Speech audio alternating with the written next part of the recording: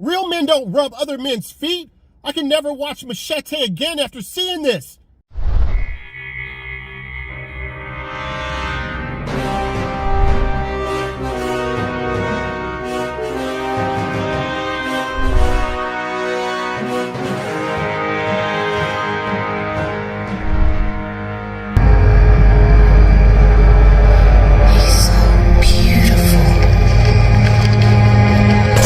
That's the ugliest thing I ever saw. What is up, everybody? Welcome back to the channel. Welcome back to DVDs, Nuts, and Popcorn. I am your host, the PMM, the Physical Media Mac. And I'm back once again with my weekly showcase where we show off, or not we, I show off my movie pickups. And we talk a little bit about those movies. And movies from previous weeks that I've picked up and haven't watched. I always make sure that sooner or later I make sure that I watch the movie, and then we can discuss it.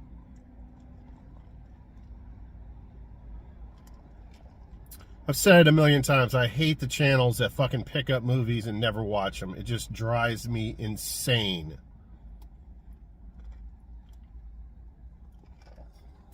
All right, very interesting week of pickups here. Not a ton of stuff, but a very diverse and a fascinating selection.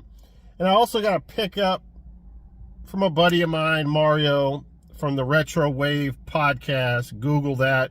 It'll pop up. It's on Spotify. It's on all kinds of different things. Retro Wave. I believe that's what it is. The Retro Wave podcast. And speaking of, he's doing a podcast soon, sometime during this month. I can't remember the date, where we do our top 5 horror movies of all times. And I'm going to be on that. I feel like I said horror movies of the 90s. And I'm going to be on that podcast. So, another reason why you might want to check it out. All right, now, first movie here. Let's just start off with this. We definitely have to start here, guys. We're starting hardcore. We have Van Damme in Desert Heat. All right. Okay, so Desert Heat is a 1999 film. Just barely missed the 2000s. And there's always the joke, or not even the joke, very realistic fact. Everything post 2000s Van Damme made pretty much sucked, and we'll get into that in a little bit here. But this is also known as Inferno in I guess different regions. It was directed by John G. Avildsen. And if you don't know who that is, it's quite remarkable. He directed the first Rocky. He also directed Karate Kid, which, you know, these are films that raised and shaped my youth as a young man growing up in Houston, Texas. I mean, these are phenomenal films. And then he directed this. Yeah. I mean, just look at the cover, guys.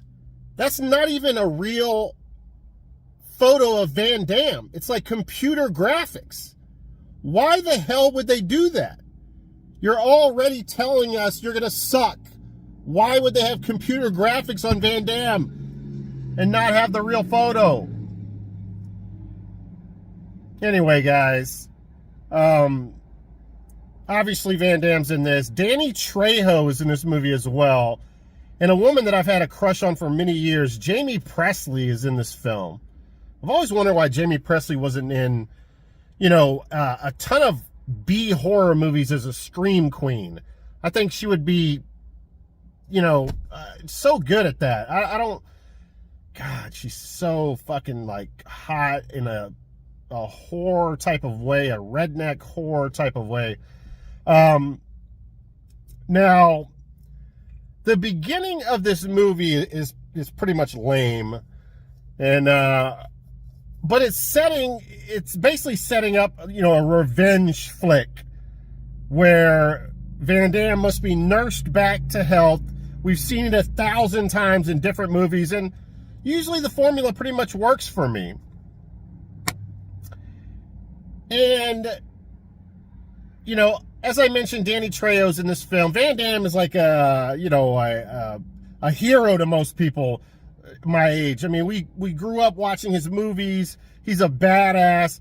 Danny Trejo is a real badass too in real life. He went to prison for many years. He was like a boxing champion in prison. This is one tough fucking hombre. So after the beginning scene, you have these two together in a room, and you're like, wow, these two badasses together in a movie. What are they going to do? And then this scene happens. You seem at peace, Johnny. I think I am, Eddie. Boy, but we had some wild times, huh? All the bras and the booze. Cigarettes and whiskey and wild, wild women. They'll drive you crazy. They'll drive you insane. What the hell is going on in this movie? Why is he rubbing his feet like that? Real men don't rub other men's feet. I can never watch Machete again after seeing this. This movie should be called Brokeback Inferno.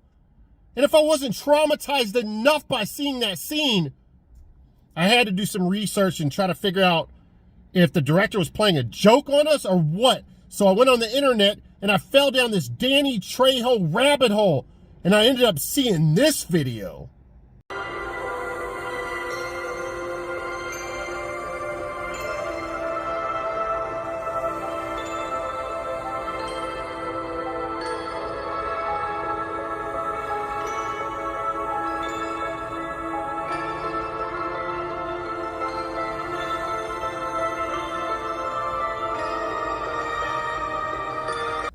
Danny Trejo, you're one sick individual. You're a freak, bro. All right, let's get to the synopsis of this film. Desperate to flee the inner demons raging inside him, mysterious loner Eddie Lomax rides to the last outpost of an abandoned desert highway, prepared to end it all. But when a savage gang steals his prized cycle and leaves him for dead, Eddie's life is saved by a soulmate from the past and gay foot massager. Feet burning with a new reason to live, Eddie sets off on a one-man search and destroy mission against his attackers. Desert heat, guys. Now, Jamie Presley's character does not get naked in the movie, which was a big letdown for me. This is one of those movies, guys, where I really want to tell you that it's so freaking bad that it's good.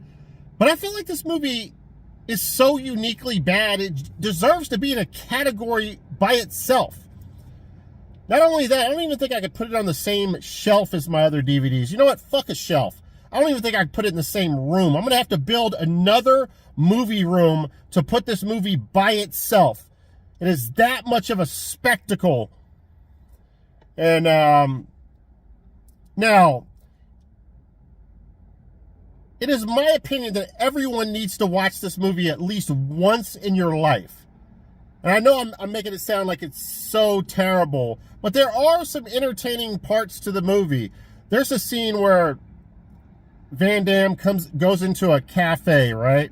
Or a diner. And it's a real touching scene. Like, he locks eye to eye with this beautiful waitress, and you really feel like you're watching two people fall in love. It's really well done, and you're thinking to yourself, man, they're going to have a really great relationship. They're going to get married. And nope, 5 minutes later, he's having a threesome with two hookers from a fucking strip club. It is absolutely hilarious. But, yeah, you guys got to check this out. Van Damme has this dumb smirk on his face the whole freaking entire movie, like there's some kind of inside joke, which maybe there is. I mean, I don't know if this movie is like a comedy or what the hell's going on with it. the line between intentional and unintentional humor is razor thin, guys. I don't know what the director is doing here. This is definitely a jump the shark film for Van Damme. After this, he pretty much made shit movies, and yeah. So there you go. Desert Heat, aka Brokeback Inferno. Comes with the paperwork. Picked it up for $1.99 at Goodwill. This is one special movie, guys. All right. Going from gay foot massage, transitioning into Mario's package. I think I said earlier that it was a pickup. It's not a pickup. It's a package that he sent me. Now, it's funny because I was trolling him in the chat last night, you know, teasing him, saying that it seems like you send Ty-Lord or Cyborg a package every week. Where's my package?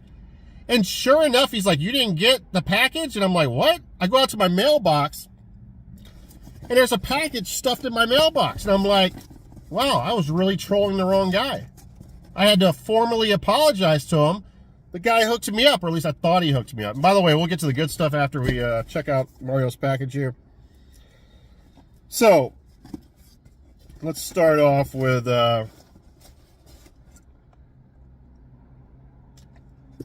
after the Danny Trejo stuff, we got to start off here, right? So he sends me the complete season of, or the complete, I guess, season 2 of The Kids in the Hall. I think I've heard of this, but I've never seen it. And in the group chat last night, he described this as the gay Saturday Night Live.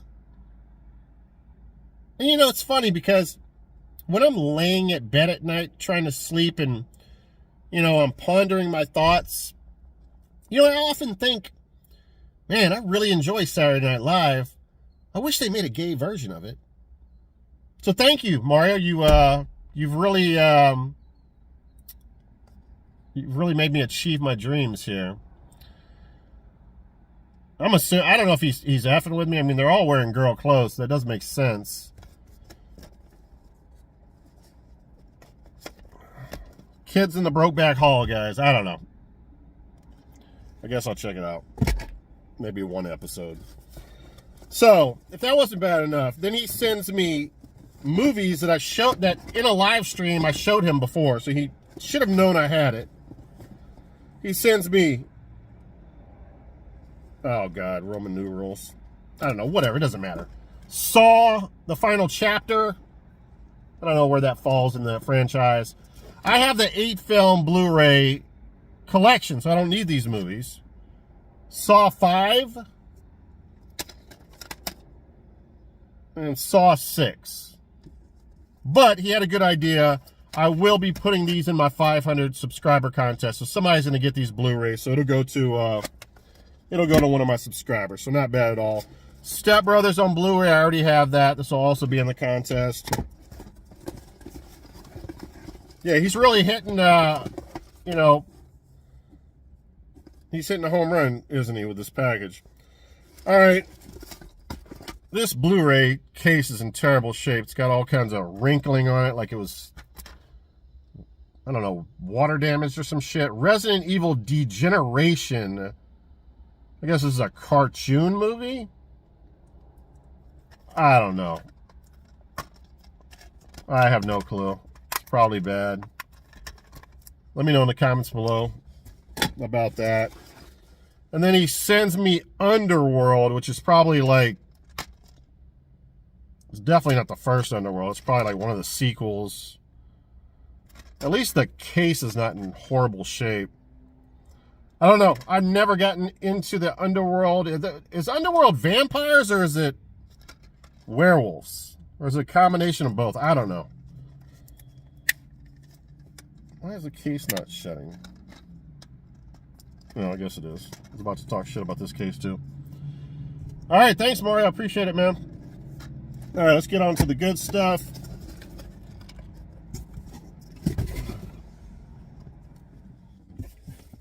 All right, let's see what we got here. All right, first up here, you guys saw me pick this up. I hate the fact the case is broken on the top of this damn thing. The American Ninja franchise here, and I finally got around to watching American Ninja 4, The Annihilation, and that came out in 1991. James Booth is the bad guy in this movie, and what makes that interesting, I just got that Pray for Death a few weeks ago and showed that off, the Sho Kosugi movie where he moves from Japan to Houston, and he's also the bad guy in that. He also is in the movie Avenging Force that I've seen recently with Michael Dudikoff. I'm not sure if he's a bad guy, but I'm pretty sure he is in that because he just plays a bad guy so good. Now, this is obviously the movie where Dudikoff returns to the franchise, and it has Bradley and Dudikoff in the film, which is really, it's pretty cool.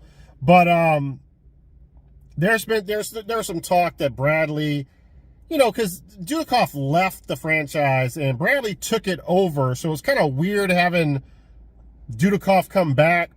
So I think there was some tension between them two, and I think Dudikoff said he has to be the hero in the movie, and Bradley didn't like that, and so there was definitely some drama between them two. But there's actually so let me just say this is probably the most ninja movie of all the ninja movies, and what I mean by that is there's tons of ninjas in this movie. It's like there's a whole school of ninjas that are training under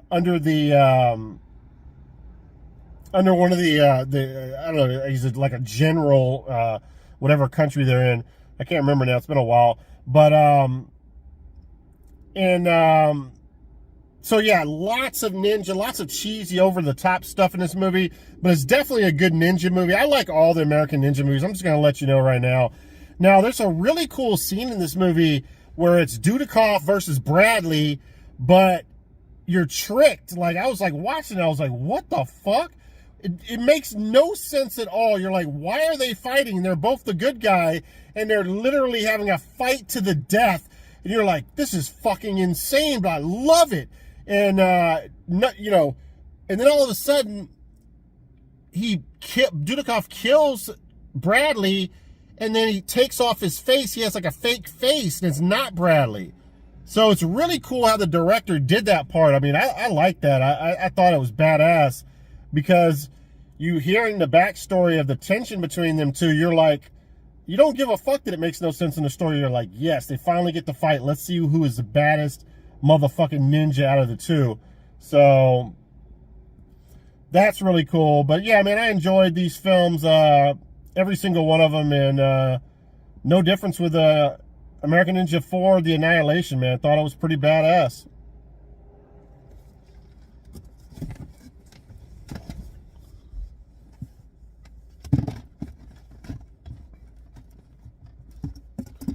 All right, next up here, I don't have any notes on this.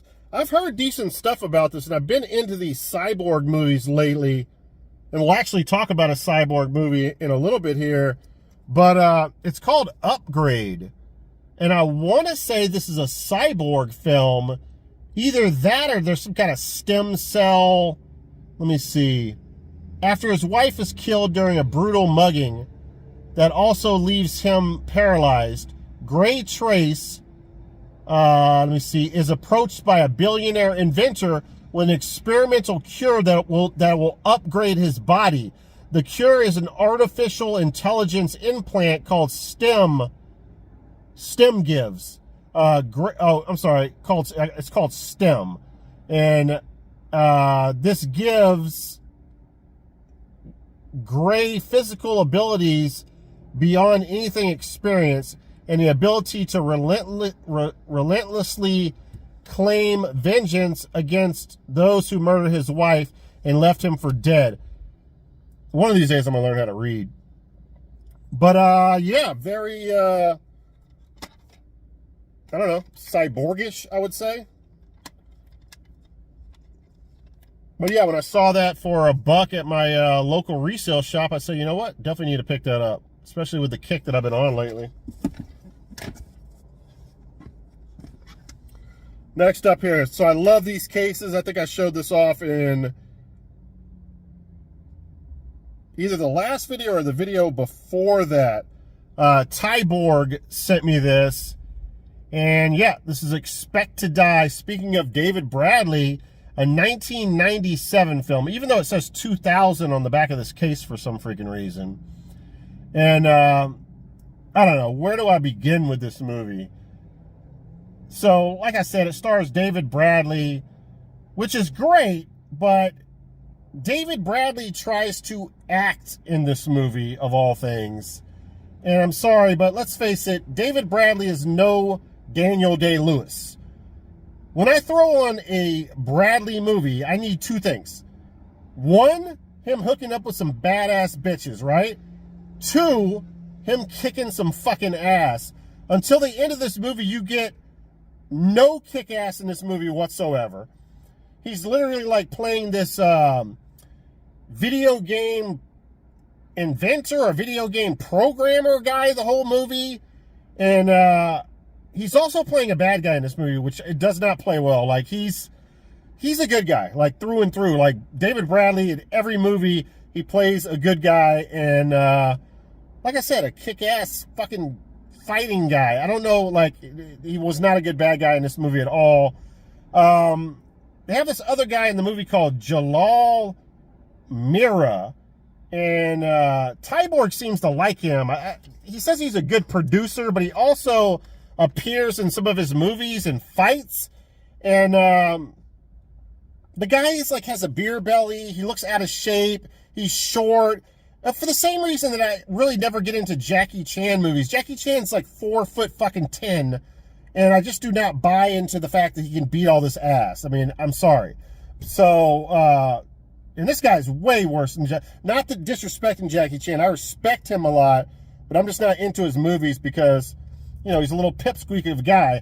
And that's the same with this Jalal Miri character. I think he sucks in the movie. But yeah, this is it's a movie about a video game where if you die in the video game, a fighting video game like Mortal Kombat or some shit, where you die in the game, you actually die in real life. A very original story, right? That hasn't been done 1,000 times in films before it.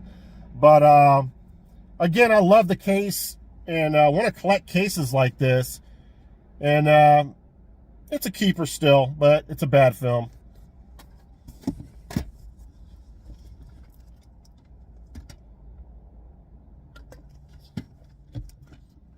All right, guys, next up here is, this is actually a gift for Cyborg, and it's called Savate or Savate, which, by the way, I looked that up. It stands for, it basically means, the translation to that is French kickboxing. And this is a 1995 film. It's got Oliver Gruner in it. He stars in it. He's in one of my favorite films of all time, Nemesis. He's been in a ton of other great movies that I can't wait to collect all of them. I'm definitely going to collect, do some Oliver Gruner collecting. Also in this movie is, which is very odd, Ian Ziering, at like the height of the 90210 fame. You talk about being typecast. It's just weird seeing him. I can't, you know, when you watch this, you keep thinking snobby, rich fucking kid from Beverly Hills, right? Also, Mark Singer is in this from Beastmaster, and he plays a fucking badass role. He plays a really good bad guy in this movie. I really enjoy his performance. Famous James Brolin is in this movie. Ashley Lawrence from the Hellraiser movie. Listen, the first Hellraiser movie, she's the daughter. I mean, she's okay in the movie, but I didn't know she was that fucking hot. Like, she is really hot in this movie. Arlie Ermey from Full Metal Jacket and Texas Chainsaw Massacre is in this movie, and he plays a pretty major role, and he's not even credited in the movie, so I don't know the backstory behind that. Another actor in this movie's name is Mike. I didn't recognize who he was. His name is Michael Palance, and he's like a pretty boy gunfighter character in the movie, but he's like a gunslinger. He's a bad guy and stuff. He kills well, I won't tell you who he kills in the movie. I won't give up a spoiler, but he kills someone really important to Ashley's character and Oliver Gruner's character, and he's real cocky about it. He shows no fucking remorse, and he's like, you see him in the background, like twirling his gun and shit. He's like a real badass fucking pretty boy character that would be in like a Wyatt Earp movie, or like a Silverado movie, or like a really badass Western film. I think like he plays a real underrated role in this film, and I wish that he had more to do in this film. But yeah, really cool character. And with all these great actors, it's seeing him shine in his small part was pretty cool. Now, the greatest thing about this movie is, and you can probably tell from what I'm explaining, is it's a fighting movie, like in the style of like Bloodsport, but it also mixes in that cowboy western gunslinger style as well. So there's a scene in the movie where Oliver Gruner's character has to kill somebody in fighting, and then right off of that, he goes outside and has to get in a fucking gunslinging battle, a showdown, OK Corral style. Man, I really enjoyed this film. I watched like 30 minutes of the movie, and I was thinking in my head that I wasn't going to watch the rest of it. I was just going to send it off to Tyler. So I'm so glad that I did not do that, and I watched the whole movie. Now, this was sent in a... So I can't remember if I mentioned this. So this came out and came up in the group chat. He was mentioning it and saying that there wasn't an English release. So I thought I would surprise him and see if I could find one and send it to him. I ended up telling him about it. But it was sent... This is English, but it's bootleg. You can see the label doesn't even fit the case. And it's a color printed bullshit bootleg label art. And even the disc, you can tell that looks bootleg. So I think that's the only way you can get the English version. But it looks fine. It is full screen, unfortunately, but you know, it was probably never released in widescreen. It's one of these and it also sounds good. It sounds fine, so I enjoyed it. And now, after sending this to him, I'm going to have to find this myself. Hopefully this gets like a Blu-ray treatment one day. And, you know, a boutique label picks this up and releases it, man. That would be very cool, because it's a cool film, man. Love the dynamic between the fighting and Western, man. Really cool movie.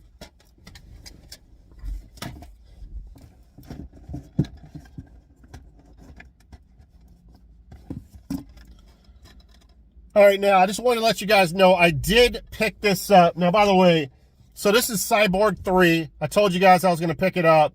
Wanted to show it to you guys, but I can't talk about it because I'm going to do a review. But the only review I've done on this channel, you know, by itself, you know, a video with just a review, an official review, I guess you'd call it, was on Cyborg 2. So I thought it would only be fair to do a Cyborg 3 review as well.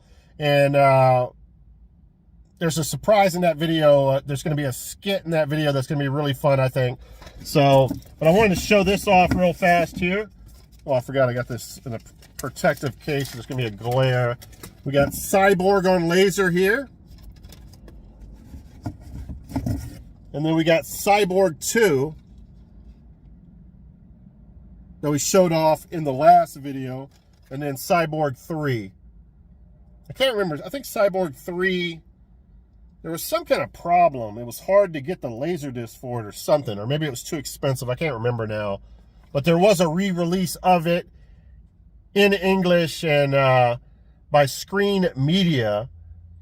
And again, I'll talk about this in the I'll do an official review of Cyborg 3. I'm not going to tell you if I liked it or not in this video. And by the way, showing off those lasers, I forgot. We mentioned Nemesis earlier, and I wanted to show you off that laser.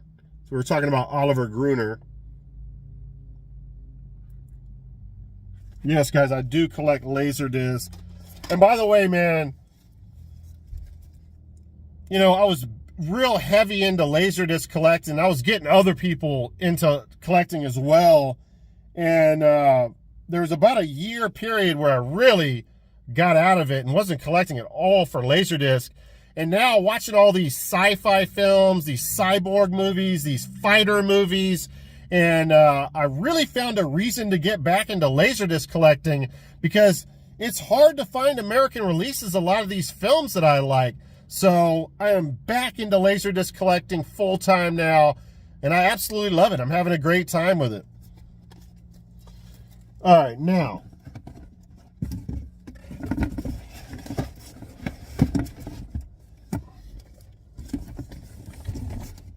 got a few movies left here, and I'll let you guys go. Now, Cyborg sent me this Fight for Justice, the Trigonal. Now, he's starting to get into a lot of post-2000 movies, and he said this is one of the better ones. I don't hate this movie, guys, but it's not something that I would keep in my collection. It's not something that has any rewatchability, ability for me anyway. Rewatchability. Can't speak English today. But anyway, not a bad, you know, it's a revenge flick. His wife gets raped. She's pregnant. They put her in a coma. They're trying to get this one guy to fight in this this tournament ran by this bad guy. And that does it. He ends up getting into the tournament, and now he's trying to seek revenge. And these guys in the tournament, besides him, the good guy, which, by the way, is played by... Oh, no. I'm getting it mixed up.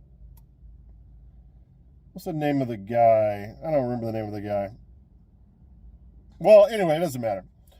But the bad guys that fight against him in the movie are taking steroids and shit. Are taking, like, this new steroid that makes them have brute strength. And it makes them super intense and stuff. And... so he finds out that that's bad for their liver. So it's a big thing in the movie where he's punching them in the liver. They're taking liver shots. And it looks like it's CGI making their liver red, or that part of their body red, which is kind of weird seeing CGI like that. But yeah, they kind of regurgitate that over and over. It's like everybody he fights, he's hitting him with liver shots and stuff. I don't know, man. It's a pretty good film, but I don't think it's anything great. But again, I'm not a huge fighter fan guy, you know? I have my certain movies with certain actors that I love, but I don't love, like, as much fighting movies as my boy does, so take my opinion for a grain of salt, you know?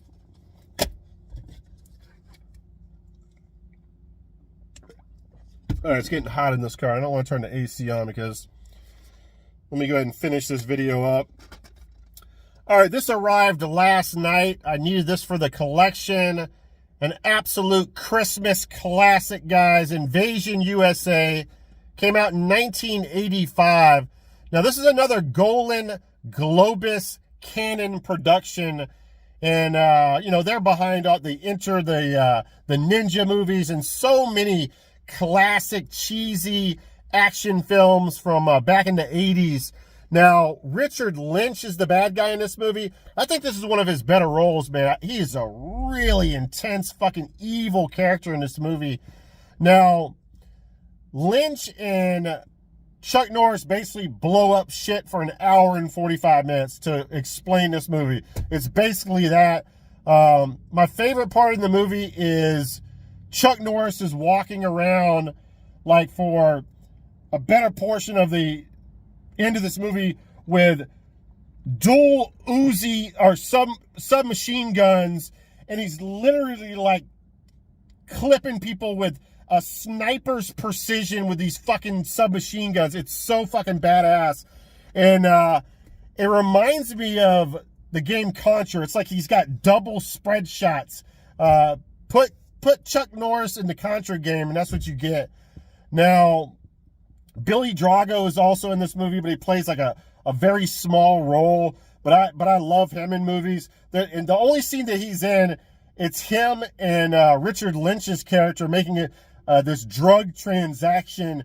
And of course, Billy Drago is being fucking creepy and weird as usual and hamming it up. And fucking Lynch is hamming it up as the evil villain. And literally he shoots fucking Drago's dick off. He sticks his gun down his fucking pants and shoots his nuts off. It's fucking insane. But, yeah, man. Fucking brutal, fucking Red Dawn type of fucking wave your American flag, riding in a fucking truck with a shotgun in the back type of fucking film, man.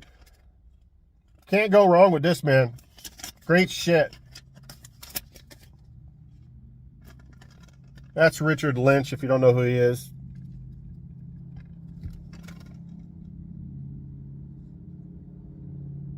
All right, now.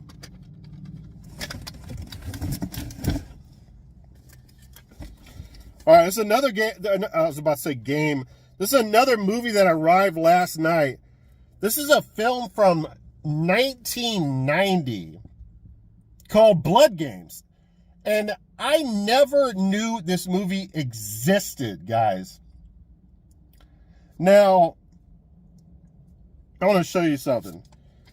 Now, how this movie went under the radar, and it's considered a cult film now, but I never heard anybody talk about this film. And it might have something to do, you know how, so this is a Vinegar Syndrome release, guys. So, check out that artwork. And you know how they have the reversible artwork, which I just absolutely adore. But I think part of the reason why this movie flew under everyone's radar is I think it had bad fucking artwork back in the day. Check this out. It's kind of stupid looking artwork. I don't even know what the end of that is. I mean, I get that it's an arrow going into a pit through a baseball and then a picture of one of the hot chicks, but it's not, it's like a cartoonish picture, but I don't know what the fucking star is at the end of this. It's just a bizarre artwork. And I think that kind of hamstringed the movie to be, you know, if you saw that at your Blockbuster and, you know, I don't know, you saw, geez, I don't even have a good example, do I? Where's a good example at? I don't have a good example. But anyway, if you, it just, here, here's a better example, I guess. If you saw that, you're picking this up, right? That's not a good example. But anyway, bad artwork. So definitely the way I'm going to keep it.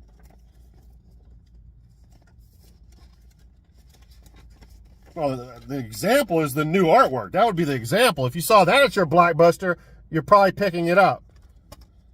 Now, all right, let me explain this a little bit here. All right, so A League of Their Own completely copied this movie. A League of Their Own came out like 2 years later, or after this film. It completely copied this fucking movie, except this movie had all beautiful, big-breasted women in it, and that movie had that filthy pig of a actor, Rosie O'Donnell, in it.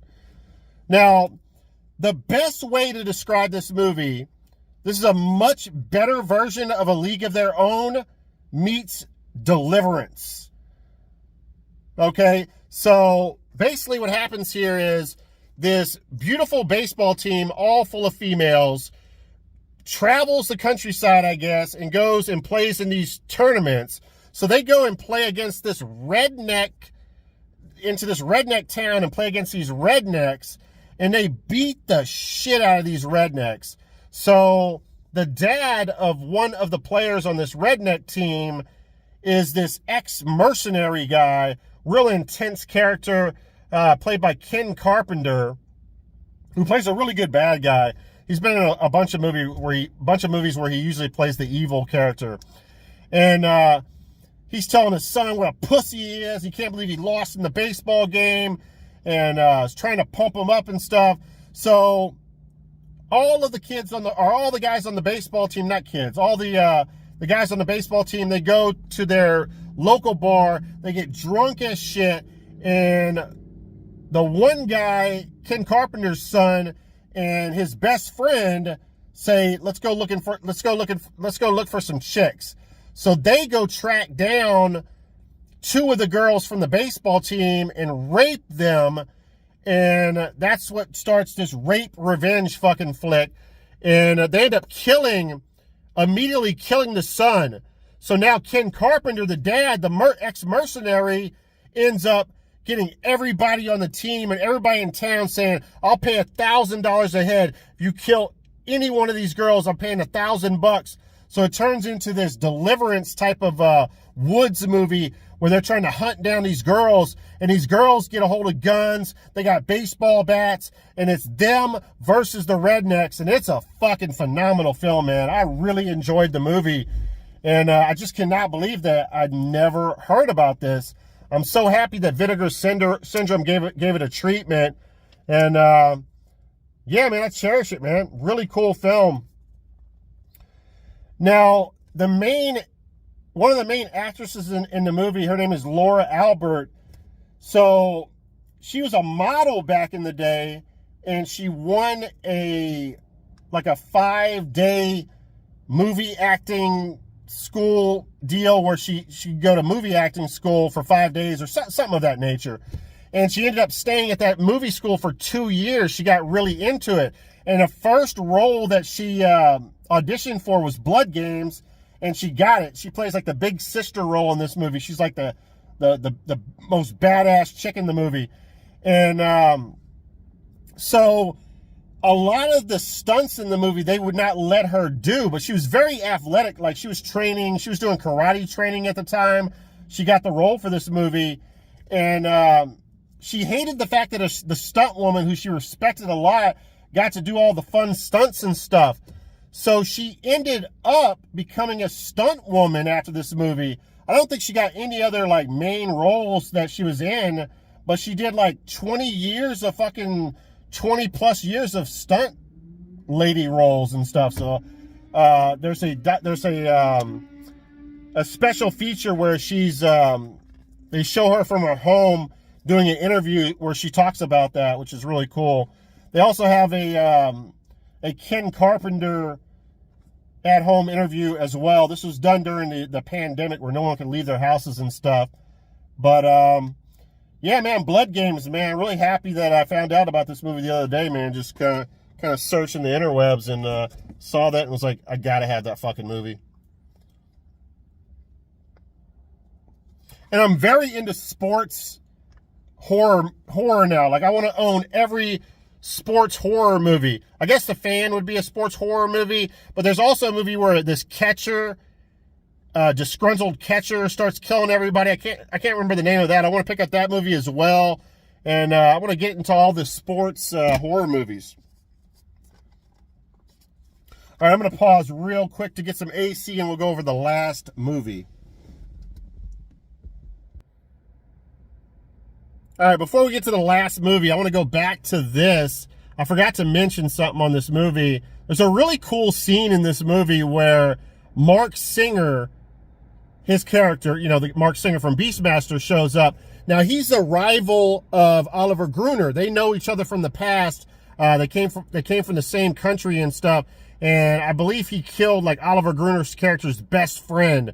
So they're like real fucking rivals. So they're going to fight in this tournament, and he shows up in the town, and Oliver Gruner did not know that he was going to be in the tournament. So it's a surprise. And I think Lee Ermey's character invites him. So he's there to greet him as he comes into town. Oliver Gruner sees him there with Lee Ermey's character. And Mark Singer, to show off, he just fucking throws a kick and knocks this guy on his ass. One of Lee Ermey's, guy who works for Lee Ermey, knocks him on his ass. And he's just doing it to show off and shit. And Oliver Gruner walks up and you can hear this fly buzzing around, and all of a sudden, Oliver Gruner throws a kick at this window, and without breaking the window, kills the fly, and you stop hearing the buzzing noise. And it's fucking badass, man. It's like, even Mark Singer's character, who was a total asshole, looks at him like, it's pretty fucking impressive. You know, he doesn't say it, but you can tell he's thinking it. But yeah, man, really fun sequence in the movie. All right, now, next up here. All right, so I already showed off my prized possession here, Nemesis on laser. We talked about, in the last video, me watching Nemesis 2, and I was let down by Nemesis 2. Definitely after the first film. It was definitely a letdown for me. And so I went ahead and watched Nemesis 3 and Nemesis 4. Now, Nemesis 3 was definitely a step up from Nemesis 2. I enjoyed it a lot better. Is it a great film? No, it's not. It has Tim Thomerson in it from the Transfer films. He's been in 100 fucking movies, but he usually plays like a co-star. But he's the star of the Transfer films, if you've ever seen those. And he's real cheesy and hammy in the movie, man. I really enjoy his portrayal in the movie as the bad guy. He's a cyborg character. And yeah, a lot better than part 2. Nemesis 4 is a real fucking bizarre movie, guys. It's more of a cyberpunk movie than the other films. And but fuck, man, it is a strange fucking film. Sue Price is basically, by the way, she's in every single movie. Sue Price is basically or practically naked the whole entire movie. I bullshit you not. It's fucking bizarre. Now listen, guys. If you guys don't remember, I mentioned this in the last video. I'm pretty sure I talked about Nemesis 2 in the last video. But anyway, Sue Price is built like a fucking, I mean, basically like Sylvester Stallone in Rocky 4. Or was it Rocky 3? Rocky 3 and Rocky 4. No, basically Rocky 4. He was the most jacked in fucking Rocky 4. That's what she looks like in the film from the fucking neck down. I swear to God, guys. She is fucking jacked. Again, she was in, not Miss America. She was a Olympian, weightlifter, and yeah, total badass. So, I'm just not, you know, seeing her naked, and I think she has like fake tits and shit. It's really kind of, I don't want to say disgusting, but it's not a turn on at all. It's really kind of, it's really shocking to look at her. And you see it over and over and over again. And it's not just scenes where she's naked, guys. She's standing there naked, having conversations, butt naked, having these long, drawn-out conversations with people in the movie. It's really fucking weird. Now, watching all four, no, not all four, because I love the first one. Watching these 3 films, they were a letdown to me, every one of them, but 3 was definitely better than 2. I don't know, 4 is like a uniquely bad film. It's very weird. I'll talk a little bit about that in a minute. I definitely don't love it, that's for sure. But there's a commentary on all 3 of the movies. Not for the whole movie, but there's like a 20 to 30 minute commentary by Albert Pyun, which is the director of these films and many other classic B movies. And when you watch those when you watch those commentaries, those interviews of Albert explaining each of the movies and what it took to make the movies and how long it took to shoot the movies and all the different obstacles that they ran into and just all the little tidbits on the film, you learn to appreciate each one of these movies a lot more as if you just watched them without the commentary. So, yeah, man, Nemesis 2, they basically rolled the dice, or he rolled the dice with this Sue Price character, thinking that everybody was going to adore her, and she was going to be the next biggest female superstar. It never happened. The movie's basically all the movies bombed. Now, later on, these are like considered cult films. I think they made their money back on, or he made his money back on all of the films later on in DVD and now Blu-ray distribution. But at first, the movies were definitely flops. Now, Nemesis 3, I'm not going to tell you all the stories, all the stuff that Albert talked about, but he did mention that they spent way too much time on Nemesis 2. It did have an effect on Nemesis 3. They did not have enough time. And they also spent way too much money on Nemesis 2 and were lacking the financial support to do a lot of the things he wanted to do with Nemesis 3. Now, Nemesis 4 was actually... that movie was made during the reshoots of another Albert Pune movie. Like, it was very weird. Like, we would have never seen Nemesis 4 if not for the time that they had and the resources they had, just because they were reshooting another film.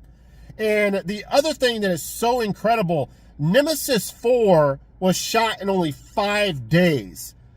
Now, it's a bizarrely bad film, guys, but when you think about it and understand that it was shot in 5 days, it's pretty fucking impressive.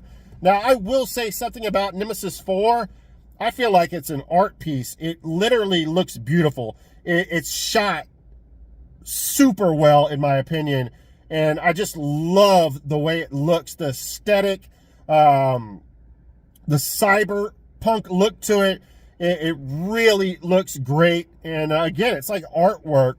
Man, is it bizarre. There's cyborg alien sex going on in this movie, and the effects are really disgusting, but they're actually done really well for I imagine they had more money on this one, but I don't know if that's true. A lot of the cyber effects were very well done, in my opinion. The fact that it was shot in 5 days is just insane to me. Now, also, Nemesis 2 and 3 were shot in the same location, and they were shot back to back. So that's something cool about those films. And, yeah, man, am I mad that I picked this up for my collection? I mean, it only cost me like $20. Comes with the slip. No, I actually, even though I didn't love the movies as much as I loved Nemesis 1, they definitely have earned a spot in my collection. And, again, the commentaries alone are worth owning these, and I would definitely check out every one of these films again. So,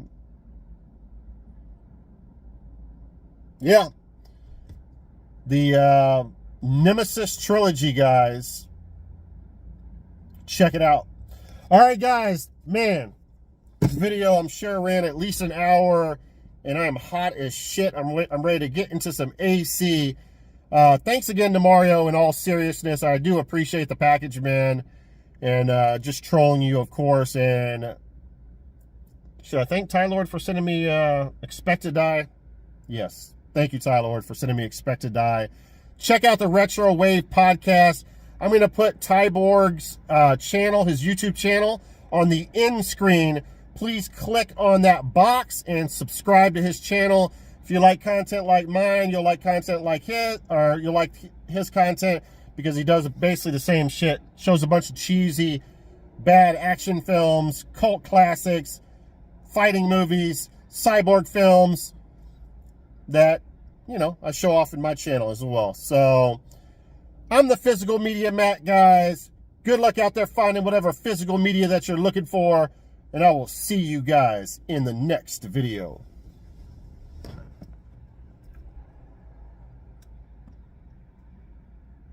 Go massage your woman's foot right now.